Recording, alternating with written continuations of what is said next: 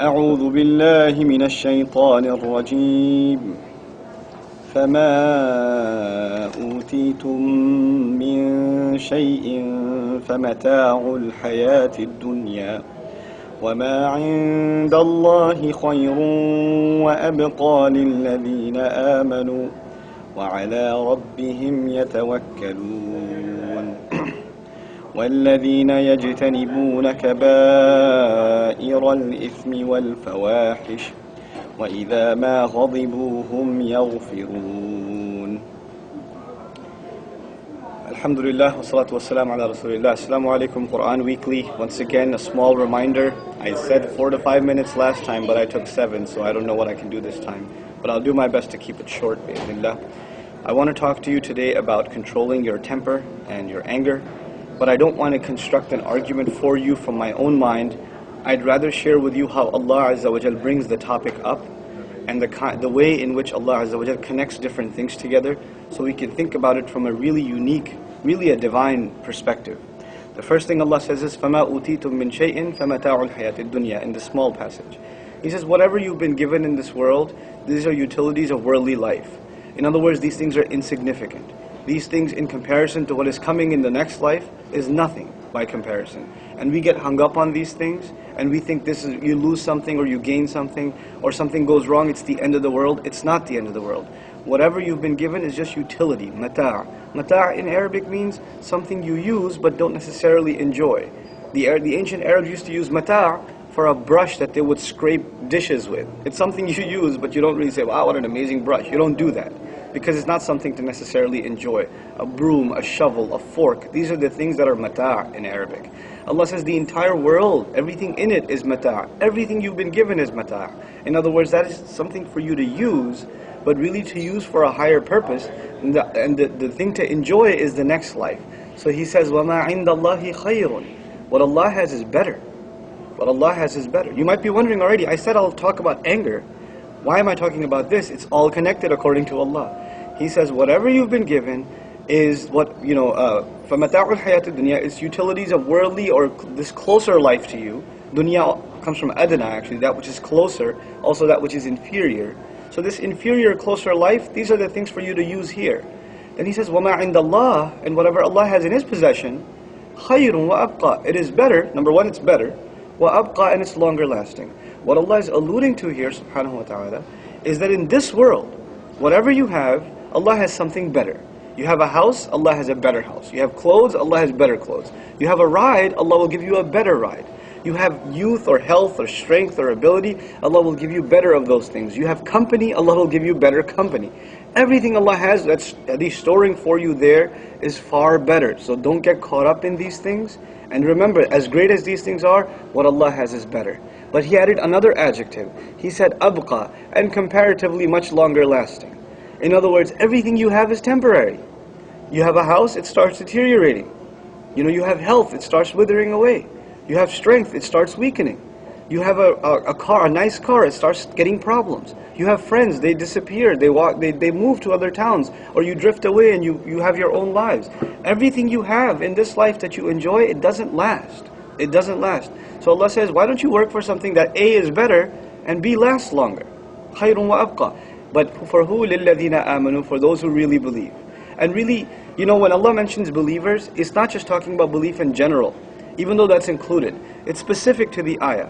Who really believe that this stuff in this world is not as good as the stuff in the next. This is for those people. وَعَلَى رَبِّهِمْ يَتَوَكَّلُونَ, and they place their trust exclusively and their reliance exclusively upon their master.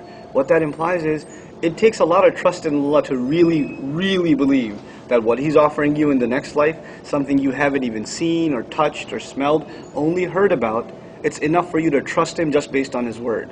That takes trust. So he says, for those people, what they have in the next life is better and longer lasting, but it takes belief and it takes trust in Allah. Then he says, وَالَّذِينَ يَجْتَنِبُونَ كَبَائِرَ الْإِثْمِ, those are the very people, in other words, people who prefer the next life over this one, and understand this to be utilities and things to use, they keep themselves away from the most major of the sins. Again, a side point here, There are minor sins and there are major sins. Your first priority, get away from major sins. And sometimes you're doing major sins and you're talking all the time about, oh, I shouldn't do those minor sins, right? But get away from the major sins. Priorities come first. كبائر الإثم. Then he says specifically, والفواحش, and all forms of shamelessness. Again, this is not a talk about shamelessness. This is about controlling anger. And I haven't said anything about controlling anger yet. How come? Allah says they stay away from major sins. They stay away from all forms of lewdness, vulgarity, shamelessness. Then he says, وَإِذَا مَا غَضِبُوا هُمْ يَغْفِرُونَ, and whenever they get angry, I'm not even going to finish the sentence yet, but now he's bringing up anger. You see where he brought up anger? First he told you what is in this world is nothing compared to the next. Because if this world is everything you have, when things go wrong in this world, you get angry. But if this world is nothing compared to the next, whether you gain or lose, or something goes wrong, it's not that big of a deal for you. You can easily say, Inna lillahi wa inna ilayhi raji'un. No doubt we only belong to Allah and to Him we have to be returned anyway. And it's easy for you to calm down. That happens when you really internalize the first lesson. The second issue here was, Allah mentioned staying away from major sins. And He specifically highlighted one of them that in this short talk I'll highlight. All forms of shamelessness. What is shamelessness? It is the inability to control your temptations, your emotions. You have an urge and you let it out. You have an urge to see something and you don't hold back, you look at it. You have an urge to go somewhere, you can't hold yourself back, you go somewhere. You have an urge to contact someone or be with someone, and you do it, you don't hold back. No matter if it pleases Allah or not, that's not on your mind. You can't control yourself when it comes to these urges. Well, if you lose control over these urges and these emotions, then when it comes to your anger, you'll be out of control too. So the one who is shameless is also easily one who has no control over their temper. But the one who can guard their shame and control that emotion, which is much more powerful, by the way, because all of us have temptation towards shamelessness all the time. We have to guard ourselves from it all the time. If you could do that, holding yourself back from anger is so much easier. So much easier. But he goes even further. He doesn't just say, now, I didn't translate it yet, right? I said, when they get angry, وَإِذَا مَا غَضِبُوا, whenever they get angry. But I didn't say, whenever they get angry, they calm down. He said, whenever they get angry, hum yaghfirun, they forgive. Now, it's one thing to get angry and calm down. That's hard enough. But imagine this. Somebody made you really upset. And Allah says, these people who really trust Allah and want the next life more than this one, when they're really angry, that's when they forgive. Subhanallah. Subhanallah. We don't even forgive when we're calm. And Allah is saying, if you really want to be the person who prefers the next life, learn to forgive when you're angry. What a standard He set for us. By the way, this is not mandatory. This is for people of the highest caliber. May Allah make us from them. Because in the next ayahs, Allah says, yeah, you can get angry. You can take revenge. وَجَزَاءُ سَيِّئَةٍ سَيِّئَةٌ مِثْلُهَا. The reward of something bad that has been done to you, the payback, is something bad you can do right back. Somebody slaps you, you can slap him right back. This is allowed in Islam. Revenge is allowed in Islam. Right? Seeking justice, rather, not on a personal level, but through the system of justice. It's allowed in Islam. But Allah says, if you can still learn to forgive, فَمَنْ عَفَى وَأَصْلَحَ, if you can learn to forgive, lovingly forgive, and reconcile, and what's the previous ayah said, not just calm down from your anger, but forgive on top of that, then what's the reward? Why should I then not forgive instead of forgiving? Or why should I take revenge? And instead of taking revenge, why should I then forgive? Why should I pick one over the other? He says, فَأَجْرُهُ عَلَى اللَّهِ. He says, then the reward. Remember before he said, Allah has is better? And it's longer lasting? This time he says, if you're able to forgive someone, despite your anger, then let me tell you, the reward is so immense, it can't even be described. The only thing that can be said is, عَلَى اللَّهِ. It's on Allah. In other words, Allah will take care of you. Allah will take care of you.